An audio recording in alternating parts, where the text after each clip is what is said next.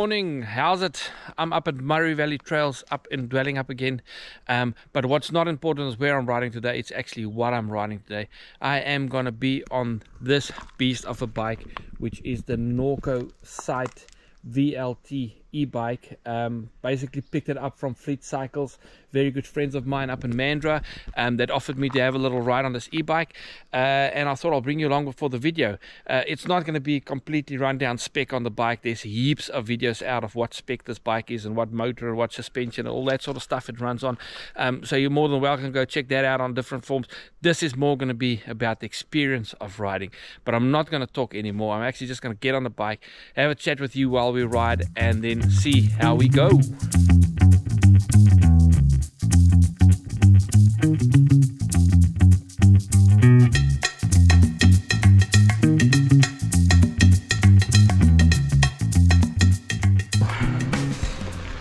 So the one thing I do notice about the bike is how long and slack it is.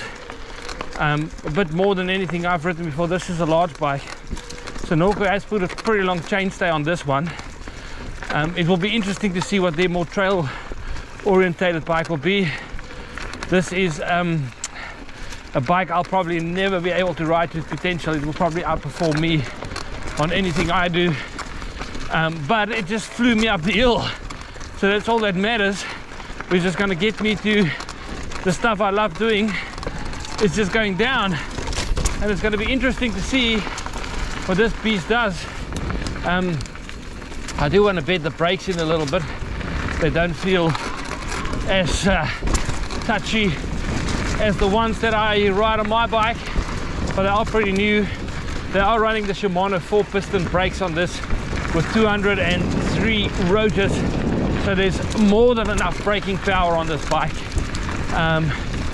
But yeah, I would like to see what it does with the slack head angle. It's running a 64 head angle and then a 70.7 seat tube, which is quite steep to make it a bit easy for the climbs. But the length of this bike just tells me that it doesn't matter how steep it is, you will probably not loop out when you pedal uphill. And with this boost mode, I do think you can ride up a mountain easy. So we're coming up to the real top of the trail now, where Mzania and Krakatoa starts. But yeah, I haven't taken this thing out of boost mode because I'm having too much fun. I will try it on a couple of other things, but my head just tells me that eco mode is just like eating a bacon sandwich without the bacon on it. So if there is a boost mode, why not use it? This bike has got the big 900 battery in it, as far as I know, which gives you a massive amount of distance. They do come with a 720 and a 540 battery, so you would buy the frame and then choose what battery you would want with the bike.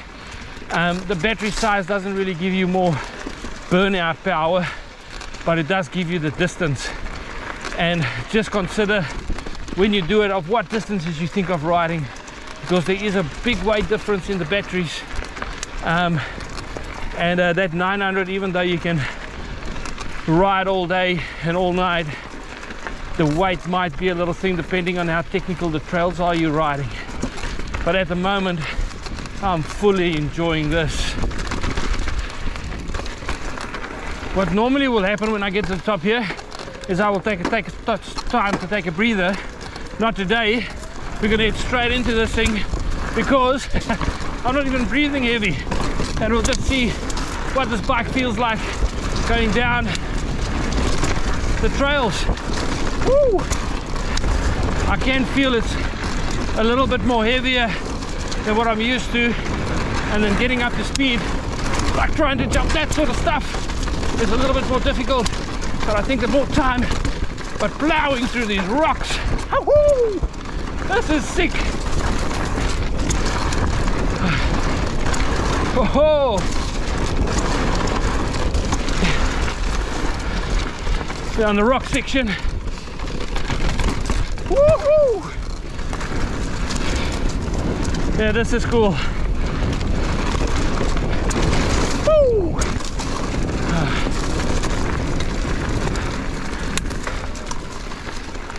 So this is But on this trail you normally need to keep massive amount of momentum, and all I'm doing is chucking a few pedals in, and this motor, the Shimano motor, is just pushing me up this hill like nothing. Oh, the trail's got a couple of real low running branches on it today. Oh, let's see how this thing does in the rocks.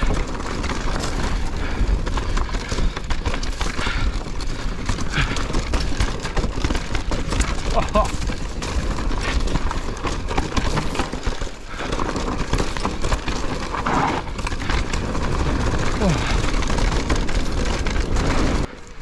And now I think we're going back to boost mode. Ew. Try and get up this hill as fast as we can. Get back to the top. Tanzania and Krakatoa. What's cool about this is this actually feels like you're running downhill with the speed you're going. Oh, this is too much fun. So the climb I'm on at the moment, I'm normally sitting here, I won't say granny gear, but I'm probably pedaling to this with the same cadence now, and I'm running about 15 k's an hour, which I probably would be doing 10 or maybe even less on my normal bike. So as a training tool, I don't think it steals away from the fitness as much as people might think, but it does give you more riding in less time. And for a guy like me that's got kids at home, that actually gets out on the trails 5 o'clock in the morning when all his responsibilities are still sleeping, this is actually a great toy, especially in the sections of building skill.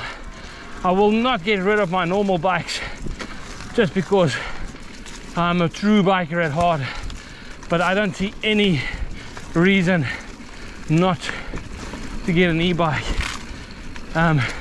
especially if you're super time constrained. The motor is really quiet enough that it doesn't even bother me, and this is just running so smooth, having fun. It's the second time I'm actually going up this hill now. I can hear I'm out of breath a little bit, but my legs have still got a lot of left in them. So I might actually just double up my ride this morning in the same amount of time. So this is the climb up to Blue Marin. I think it's the Blue climb. So Blue Marin is one of those trails where I have a lot of fun on, but there is a lot of times I would actually skip this bugger. Reason being is you've got this climb up it. There is an easier or different climb, green climb up, but takes a little bit longer. This one is a bit steeper to get to the top of it, and then when you do get to the bottom, it's not a massive downhill run, but when you do get to the bottom, you have to pedal back out, which is just a big slip anyway. But I would guess with a bike like this, I will probably never miss that trail. Woo, off camber. Alrighty, let's get into the real stuff.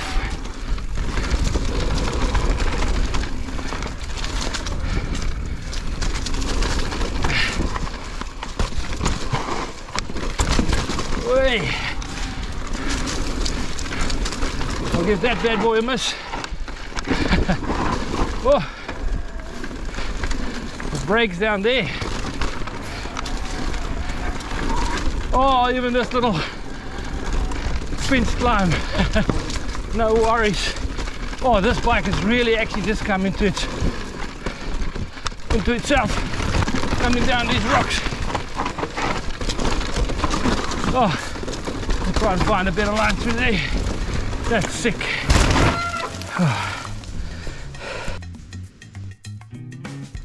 Alright, so all that is left to do is to head down to Fleet Cycles. Have a chat with the guys there, tell them what your needs might be for an e-bike for yourself and what you want to accomplish, and they will definitely point you in the same direction. All I can say as a positive is there's definitely an e-bike in my future.